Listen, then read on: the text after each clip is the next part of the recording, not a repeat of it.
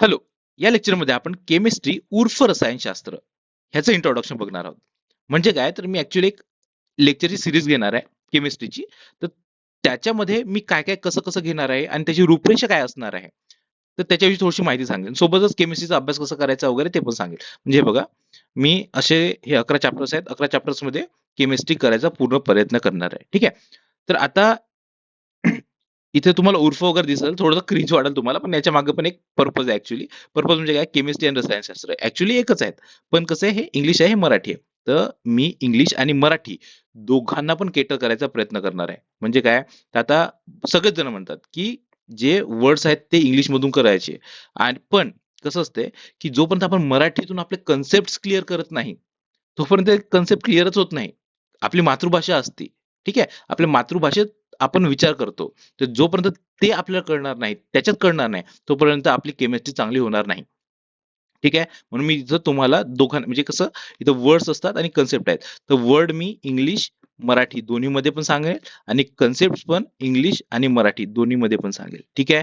म्हणजे ज्यांनी कॉन्व्हेंट मधून या की तुम्ही मराठी झेडपी मधून या, कुठूनही या, सगळ्यांसाठी हे लेक्चर असणार आहे. ठीक आहे. तर ही झाली पहिली गोष्ट. त्याच्यानंतर काही गोष्टी क्लिअर करतो. सगळ्यात पहिलं म्हणजे काय, की हे revision plus concept building lecture असणार आहे. ठीक आहे. म्हणजे काय, की तुम्ही कुठून तरी केलेलं आहे ऑलरेडी, तुमचं पाठांतर पण झालंय चांगलं. ठीक आहे. पण तुम्हाला रिव्हाइज करायचं आहे, तर तुमच्यासाठी हे बेस्ट लेक्चर असणार आहे. पूर्ण सिरीज जे असणार आहे ते बेस्ट असणार आहे.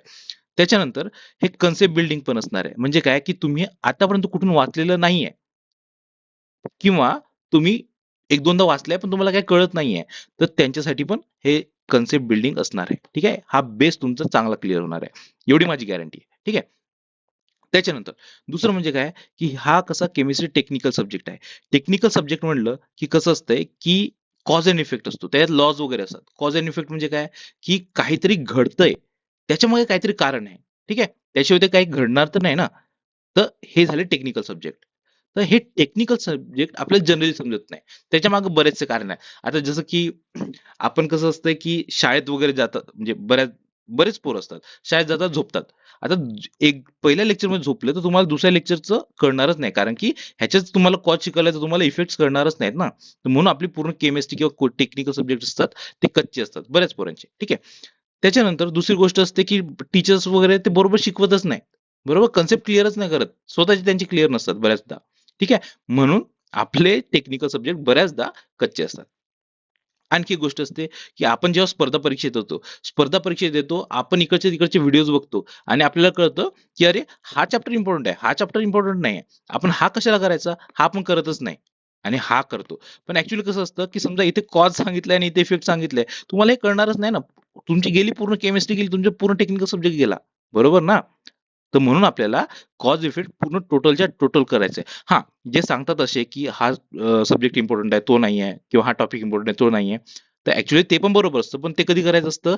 जेव्हा एक्झाम जवळ असते तेव्हा. आता आपली एक्झाम थोडीशी लांब आहे. तर आपण टोटल सगळंच्या सगळं करायचं. का? कारण की आपल्याला पूर्ण केमिस्ट्री समजायला पाहिजे. ॲक्चुअली कसं असतं, की बघा, हा समजा एक रोड आहे फॉर एक्झाम्पल, आणि हे त्या रोडचे ब्रांचेस आहेत, आणि आपल्याला इथं पोहोचायचं आहे. ठीक आहे. तर लोक काय सांगणार, की फक्त हा जो रोड आहे हा इम्पॉर्टंट आहे. पण ऍक्च्युअली कसं असतंय, आपल्याला इथून निघायचं ना. इथून जेव्हा निघतो, आपलं पूर्ण हे सगळंच्या सगळं इम्पॉर्टंट असतं. हे फक्त एवढं नसतं. एवढं फक्त हे जे आहे, हे फक्त एक्झामच्या वेळेस करायचं. परत कसं असतं, की समजा इकडला पण टॉपिक इम्पॉर्टंट असेल, तर आपल्याला इकडून येऊन इकडे जावं लागतं. पण तुमचा हा रोडच क्लिअर नाही ना. तुम्हाला हे पण नाही कळणार. कळतंय का? तर म्हणून आपण होलिस्टिक करायचं. आता आणखी एक गोष्ट असते, की आपल्याला टेक्निकल सब्जेक्ट का नाही समजत, कारण की आपण फक्त नोट्स वाचतो इकडच्या तिकडच्या लोकांच्या. आपण त्याची अनालॉजी, त्याची एक्सप्लेनेशन वगैरे वाचत नाही. जे आपल्या एक्झाम मध्ये येऊ शकतं तेवढंच वाचतो. त्याच्या मागचं एक्सप्लेनेशन तर वाचा, तुम्हाला समजणारच नाही ना. ठीक आहे. म्हणून मी काय करणार आहे, जे अनालॉजी वगैरे आहे, अनालॉजी म्हणजे रिअल लाईफ अनालॉजी, म्हणजे तुम्हाला कळेल, तुमचे स्वतःचे एक्झाम्पल्स, मी माझे एक्झाम्पल्स, आजूबाजूचे एक्झाम्पल्स देऊन तुम्हाला केमिस्ट्री एकदम सोपं करून सांगायचा प्रयत्न करेल. ठीक आहे. एक्झाम्पल्स वगैरे देऊ. तर ह्या दोन गोष्टी. आता ह्याच्यात आणखी एक गोष्ट असते, सोपं आणि कठीण. आता सोपं म्हणजे काय असते, तुम्हीच विचार करा, की तुम्हाला सोपं काय असतं, की जे तुम्ही सेन्स करू शकता, जे तुम्हाला लगेच विचार करून तुम्ही लगेच ते अंडरस्टँड करू शकता, ते म्हणजे सोपं ना. ही एवढी सोपी गोष्ट आहे. पण कठीण काय असते, की जे आपल्याला इमॅजिन करावं लागतं, खूप जास्त इमॅजिन करावं लागतं, ते म्हणजे कठीण. बरोबर? बरोबर ना? तर सेम इथे केमिस्ट्रीमध्ये पण आहे. तर आपण काय करणार आहे, की जे आपल्याला दिसतं आधी, त्या गोष्टी आपण आधी क्लिअर करायचा प्रयत्न करू आणि ज्या गोष्टी दिसत नाही, त्या आपण नंतर करू. ठीक आहे. आता ज्या सोप्या गोष्टी आहेत, त्याला पण अंडरस्टँडिंग लागतं. तर ह्याचं आधी अंडरस्टँडिंग करू, नंतर ह्याचं अंडरस्टँडिंग करू. आता ह्याचं जेव्हा अंडरस्टँडिंग करू, तेव्हा हळू-हळू इमॅजिन करत आपण जे कठीण आहे तिथपर्यंत येऊ. आता इथे जे दिसतंय आपल्याला किंवा जे आपल्याला सेन्स होते त्या सोप्या गोष्टी आहेत. आता जे दिसतंय म्हणजे काय मॅटर आहे, मेटल्स आहेत किंवा ऍसिड वगैरे आहे, आम्लारी वगैरे नाही का?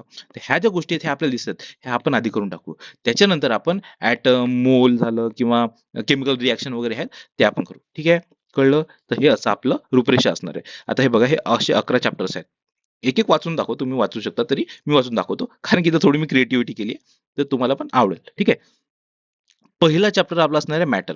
मॅटर म्हणजे काय? The stuff of the universe. म्हणजे हे काय? की एका वाक्यात पूर्णच्या पूर्ण चॅप्टरला समराईज झालेलं आहे. ठीक आहे? कळलं? त्याच्यानंतर एलिमेंट्स. एलिमेंट्स म्हणजे काय? मूलद्रव्य. मूलद्रव्य म्हणजे एकदम एलिमेंट असतात. म्हणजे एकदम काय एलिमेंट म्हणजे एकदम जे मूळचे असतात ते म्हणजे मूलद्रव्य. बरोबर?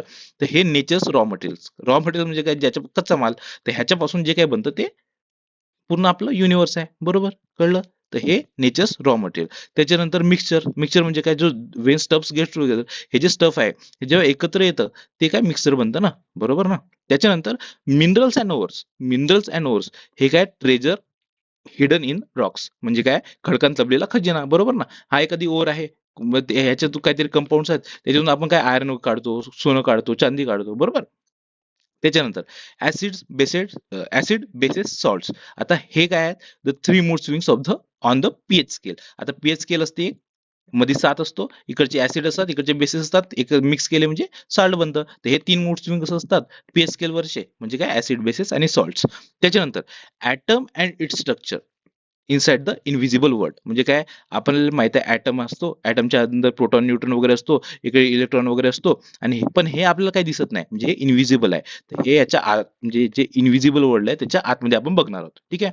त्याच्यानंतर मोल कन्सेप्ट. मोल कन्सेप्ट काय? Counting the uncountable. म्हणजे हे जे ॲटम्स वगैरे आहे किंवा जे मॉलिक्युल्स वगैरे आहेत तर त्यांना मोजण्याचं आहे. ठीक आहे? तर हे आपल्याला दिसत नाही, जे अनकाउंटेबल आहेत त्यांना काउंट करायचं, ते आपलं काम आहे मोल कन्सेप्टचं. ठीक आहे? त्याच्यानंतर periodic table, the grand chemistry map. बरोबर ना? सगळा केमिस्ट्रीचा मॅप म्हणजे पिरियॉडिक टेबल आहे. तर हे परत एक्सप्लेन करायची गरज नाही आहे. ठीक आहे? त्याच्यानंतर कार्बन अँड इट्स कंपाऊंड. म्हणजे कार्बनचे संयुगे वगैरे जे आहेत, हे काय? The VIP of chemistry. VIP म्हणजे काय? Very important person. बरोबर?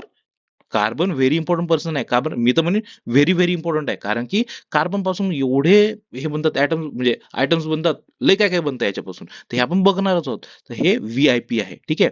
त्याच्यानंतर केमिकल बॉन्ड्स अँड रिएक्शन्स.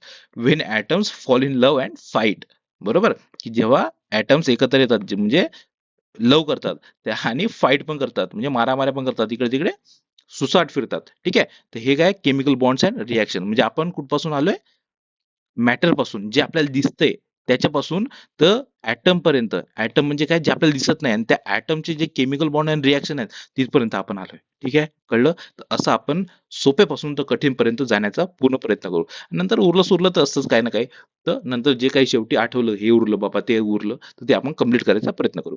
तर असं आपलं पूर्ण लेक्चरची रूपरेषा असणार आहे. ठीक आहे? कळलं? डन. चलो फिर पहिल्या लेक्चरमध्ये भेटू आपण. Bye bye.